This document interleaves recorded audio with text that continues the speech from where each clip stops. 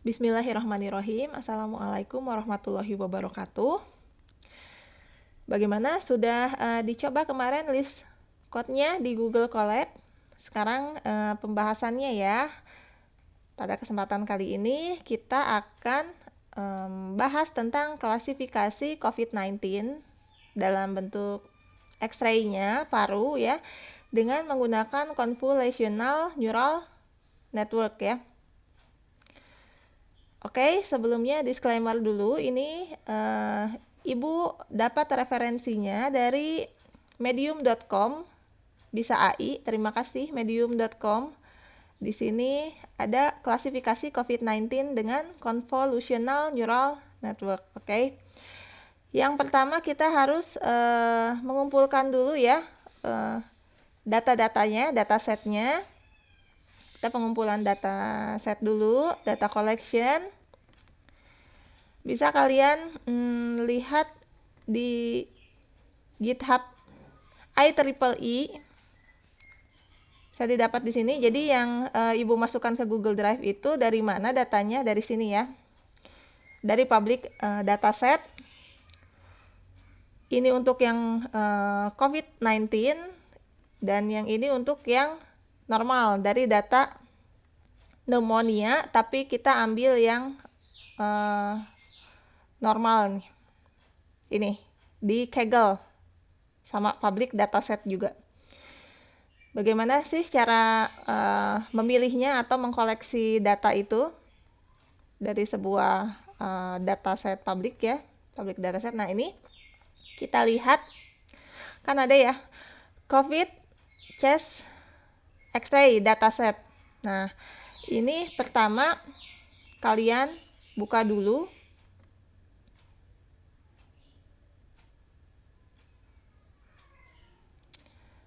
Kita lihat di bagian metadata dan image-nya. Kita buka folder image-nya.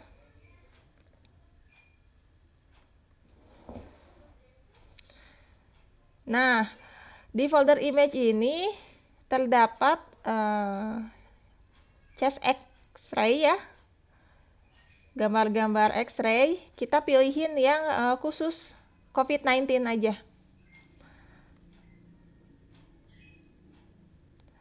Kalau kita lihat di metadatanya, di sini metadatanya ada listnya, yang mana yang COVID-19, yang mana yang SARS.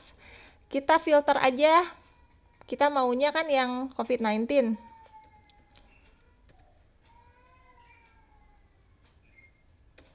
Yang COVID. Nah, nanti ngumpul di atas semua. Kalian cocokin dengan image yang ada di dalam folder image ini. Nah,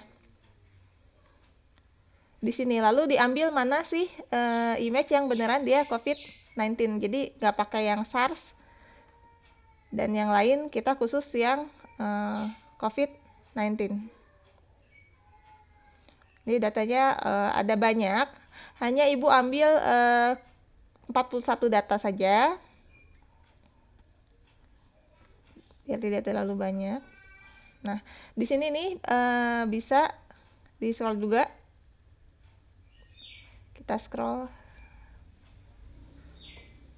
Nah, ini adalah list dari image-image-nya.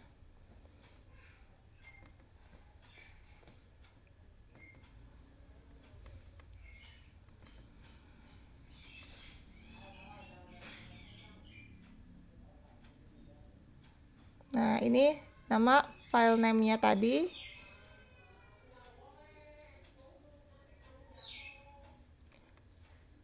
Tuh sama dengan yang di sini foldernya. Jadi kita bisa tahu image mana yang terkena. Itu yang X-ray COVID-19 ya. Kita itu download satu-satu.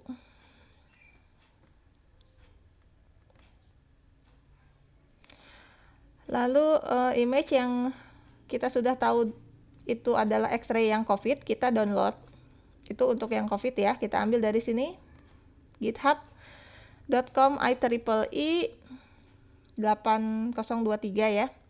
Sedangkan untuk yang normal, kita ambil dari Kegel.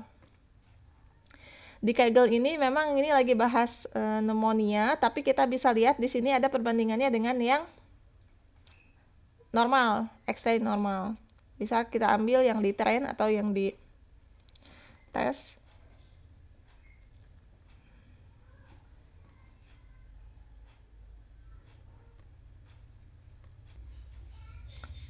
Misalnya yang di train ya. Nah, di sini kan ada yang pneumonia, ada yang normal. Nah, ini adalah contoh yang normal. Agar datanya balance, seimbang sama yang tadi, yang COVID-19, ambil juga nih download sebanyak 41 ya, di save image-nya satu-satu. Lalu kita pindahkan ke drive. Di sini ada yang normal, ada yang COVID. Ini hierarkinya kalau di drive-nya Ibu, My Drive, dataset, COVID-19, COVID-19 X-ray. Terus kita bagi lagi dengan yang normal dan COVID. Ini isi yang normal. Isi yang normal nih. Dan satu lagi ini yang COVID. Sebenarnya bisa di zip juga, tapi nggak apa-apa kalau di folderin. Sekarang kita ke Google Colab ya. Kita tutup dulu deh.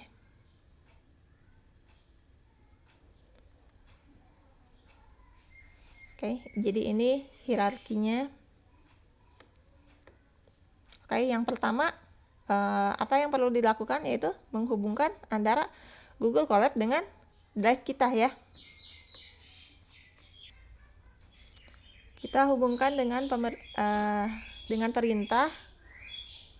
Ya sudah pada hafal ya, connect Google Drive from Google Colab import drive ya.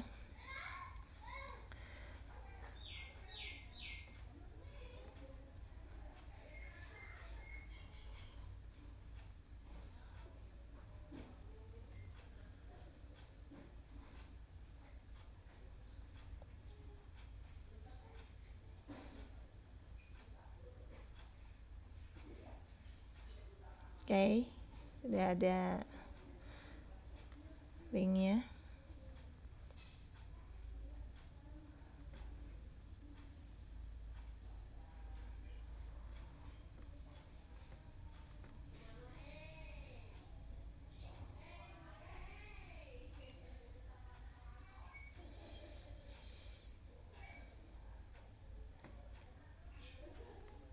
Kita copy.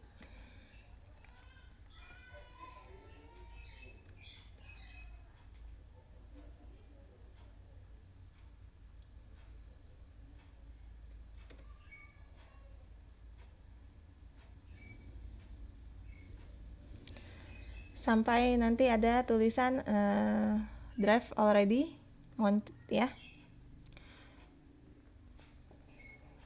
Lalu kita mulai langkah selanjutnya, kita akan membaca data ya. Nah, datanya ini kan bentuknya image. Kita baca datanya dengan menggunakan OpenCV. Kalau yang sebelum-sebelumnya itu Pandas ya. Kita sekarang pakai OpenCV.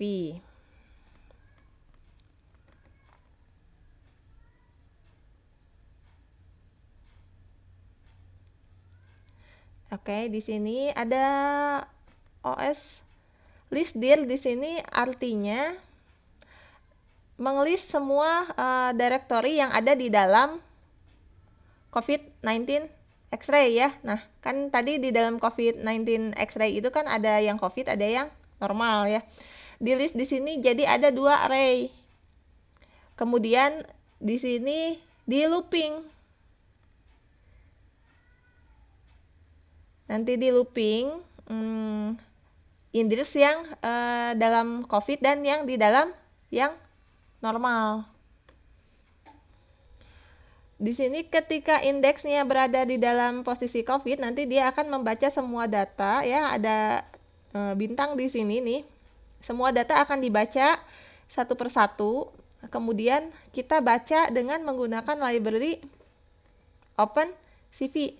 Nah, ini ya. Di sini ada perintah imread ya. Ini ada perintah imread. Lalu kita resize. Kenapa kita resize? Untuk mempersingkat waktu ya. Kita resize jadi 70 kali 70 pixel.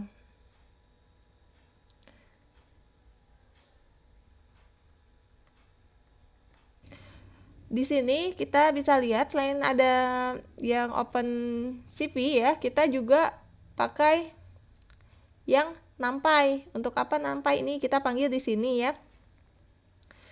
Jadi kita mencoba dibentuk dalam suatu array ya, dalam bentuk NumPy array. Nanti kita count untuk dapat mengindikasikan datanya. Jadi dimasukkan dalam data ini yang X ya, X atau label yang Y. Nah, labelnya nanti ada dua labelnya itu, antara COVID dengan yang normal. Kalau misalnya iterasinya kan mulainya dari 0 ya, jadi nanti yang COVID itu dikasih labelnya 0, kalau yang normal itu dikasih labelnya 1.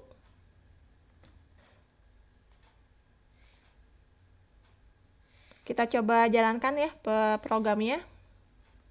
Tadi kita kan masukin datanya yang normal 41, yang COVID itu 41. Bener nggak ini hasilnya? 41.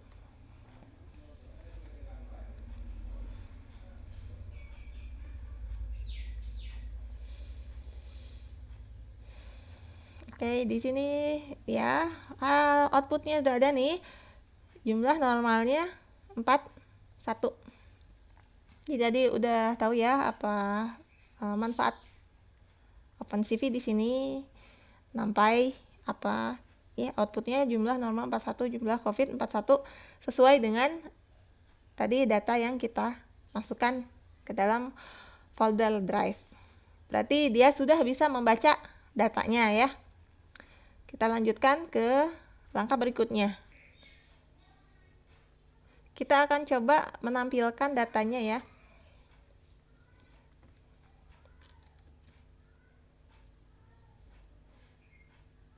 Sini.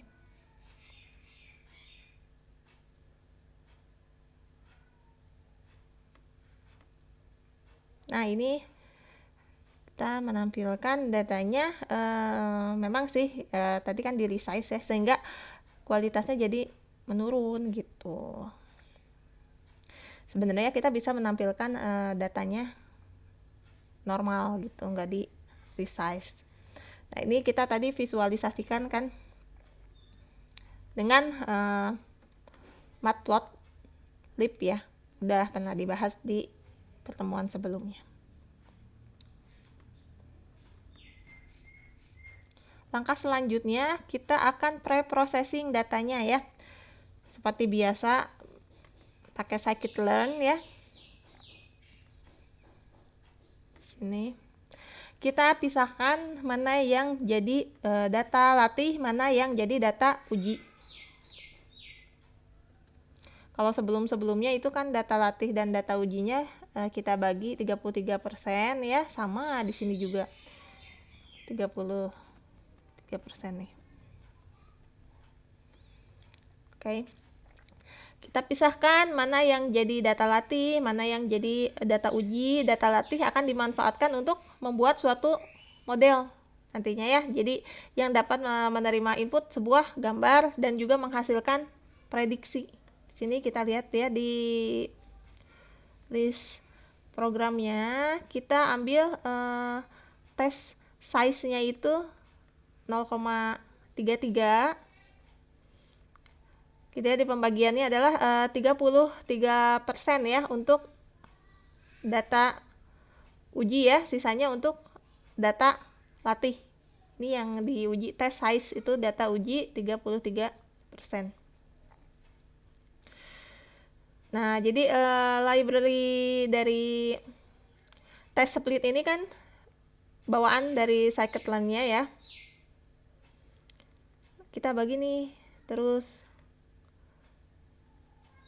distribusiin ada di sini 4 variabel ya.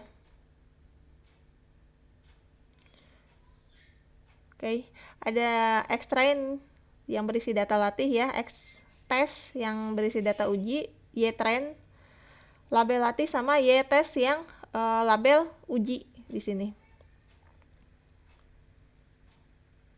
Ada xtrain, ada xtest-nya, lalu ada ytrain-nya, lalu ada ytest-nya.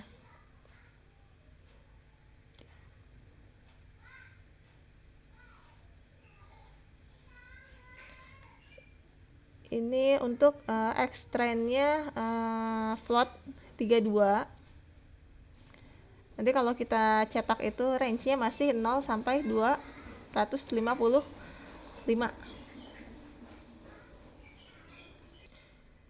Jadi yang derajat keabuannya antara 0 sampai 255, kita ubah value-nya jadi antara 0 sampai 1.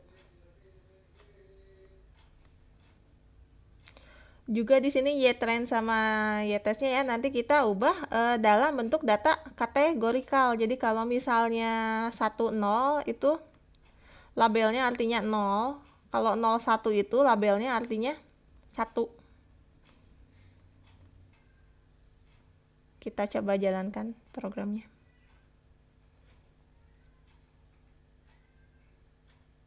Ya, sudah ada using TensorFlow backend.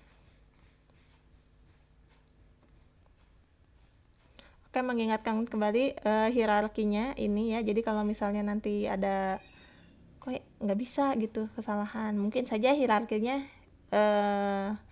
salah karena berbeda ya, karena bikinnya berbeda di drive-nya, jadi dia nggak muncul. Oke, kita lanjutkan selanjutnya.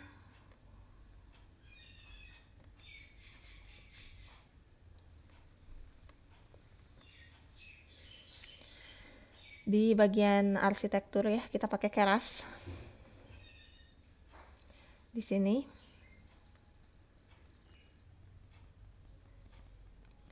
Di sini banyak layer yang kita butuhkan ya, kan kalau udah pernah ambil image processing udah tahu yang namanya konvolusi ya.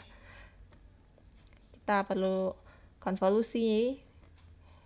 Ini ada max pooling, lalu ada layer dropout, masuk lagi ke layer flatten, masuk lagi ke dense, dropout, sampai dense. Kita coba jalankan programnya.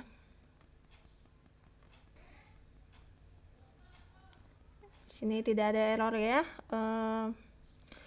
Di sini konvolusi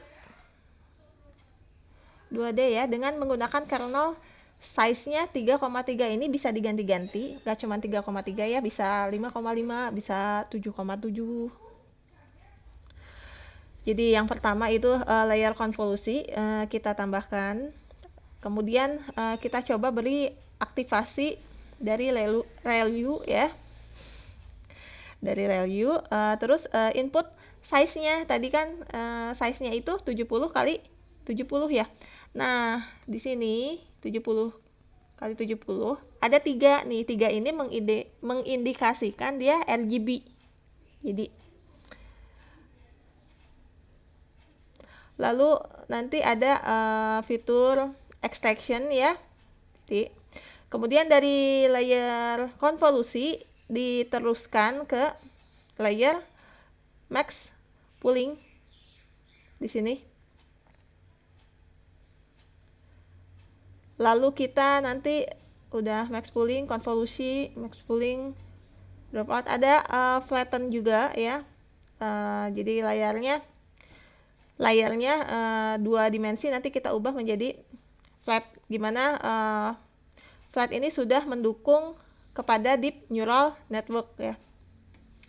Jadi nanti ini akan masuk ke deep neural network dan klasifikasi.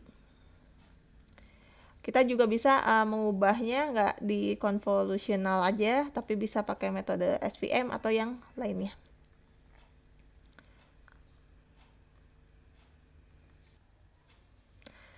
Ya, coba kita perhatikan lagi di code-nya. Ini ada softmax ya. Jadi di sini kita lihat gitu probabilitasnya yang paling besar ini apakah ini kelasnya mendekati 0 atau mendekati kelas 1 tadi ya.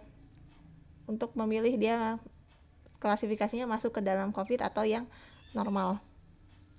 Jadi di dense-nya ini kan kita isinya 2 ya, tadi kan pilihannya outputnya 0 atau 1. 0 untuk COVID-19 dan 1 untuk normal. Nah, sampai di sini ini belum kita latih, masih kita bentuk aja, masih arsitekturnya. Kita lanjutkan ke langkah berikutnya ya. Kita coba langkah selanjutnya. Ya. Coba compile sini.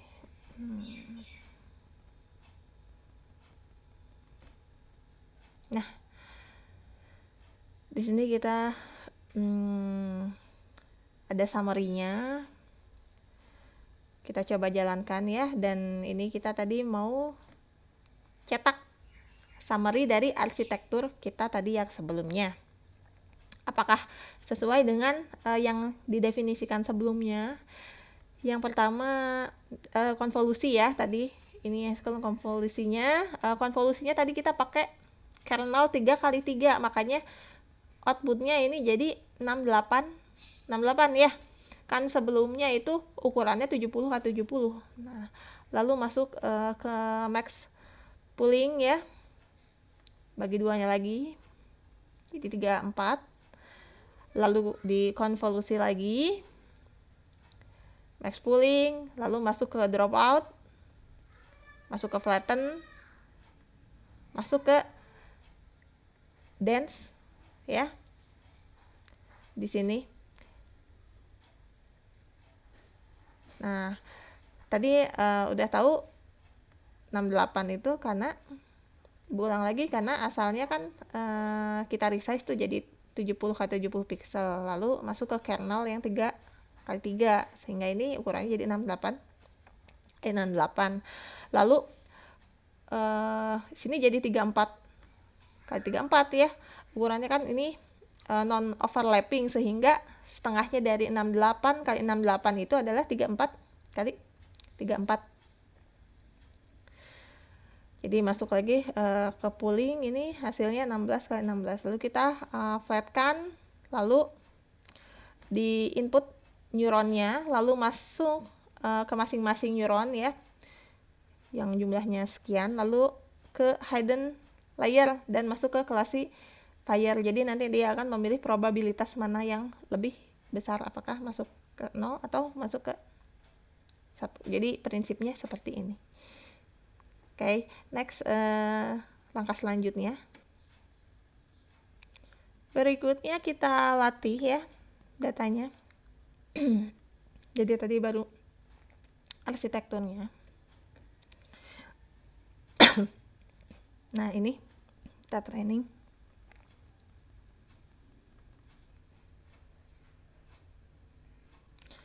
Setelah arsitektur, kita coba training data kita ya. Kita pisahkan label uji dengan data ujinya. Jadi jangan disatuin gitu. Kita training dengan data latih kita, label latihnya, kemudian kita dapatkan validasi dengan data uji.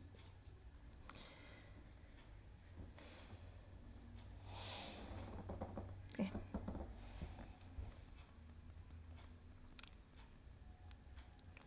Kita trainingnya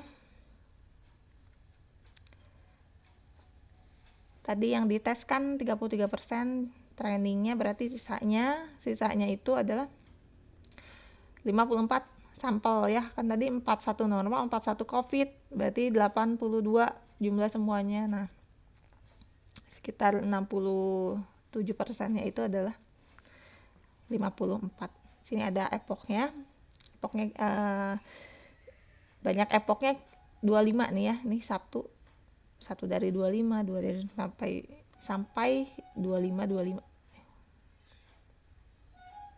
Nih epochnya. Proses training kemudian kita evaluasi. Lalu kita masuk ke prediksi.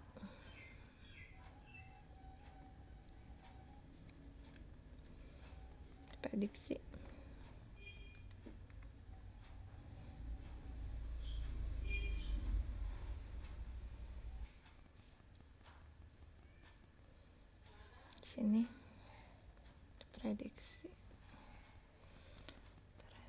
tes.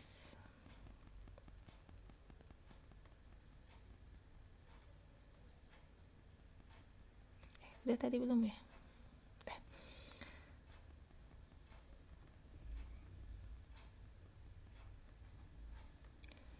Masih prediksi.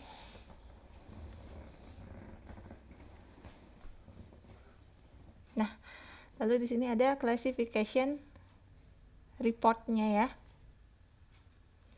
Sebelumnya kita prediksi kelasnya, lalu di sini ada classification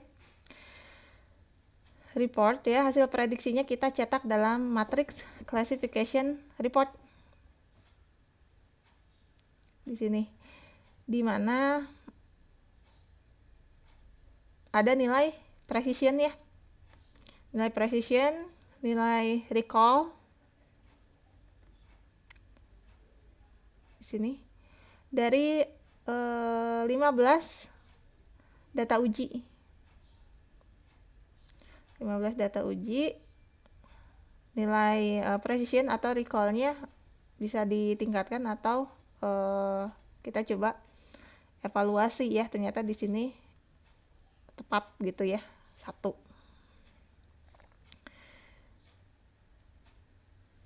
Ternyata di sini tidak ada yang salah, semua berhasil di prediksi. Jadi 15 diprediksi COVID ya, 13 diprediksi normal, dan memang itu benar gitu. Yang normal memang benar ke klasifikasi normal, yang COVID klasifikasinya COVID ya. Jadi ini sebenarnya masih riset di awal ya, coba, tapi konsepnya seperti ini gitu. Jadi nggak bisa langsung ini berarti COVID, ini berarti normal. Ini kan cuma ngebandingin normal sama yang COVID gitu ya, belum tentu kalau dia pneumonia gitu, SARS, masih banyak yang harus diteliti lebih lanjut gitu. Kita lanjutin lagi.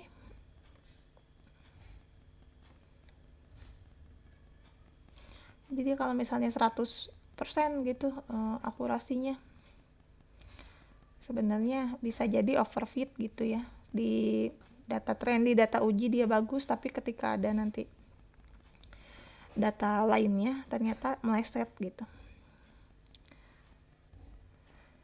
Kita coba tampilkan Y prediksinya ya. Tabel Y predictionnya nih, arraynya hasilnya 0001 tuh, yang tergolong COVID dan yang tergolong normal. Dan ini kalau mau lihat tadi Y prediksi, yang ini Y tesnya, kita jalankan.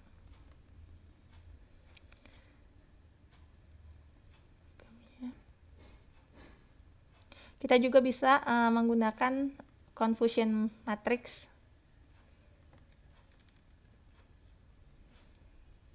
untuk evaluasi. Kita bisa lihat akurasinya juga.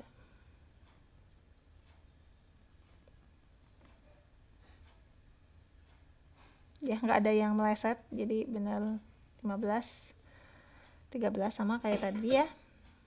Sebelumnya kita evaluasi. Nah, ini 15 yang diprediksi COVID itu memang beneran COVID, dan 13 yang diprediksi normal itu memang benar itu X-ray paru orang normal.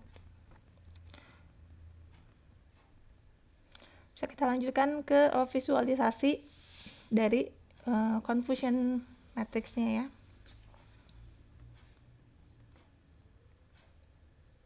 Oke, di sini 15 yang diprediksi COVID itu beneran COVID, dan 13 yang diprediksi normal itu ya memang dia X-ray-nya normal. Oke, itu kita sudah bahas ya tentang programming dari klasifikasi X-ray paru COVID-19 dengan menggunakan CNN atau Convolutional Neural Network. Alhamdulillahirrahmanirrahim. Kita nanti lanjutkan lagi dengan bahasan lainnya. Wassalamualaikum warahmatullahi wabarakatuh.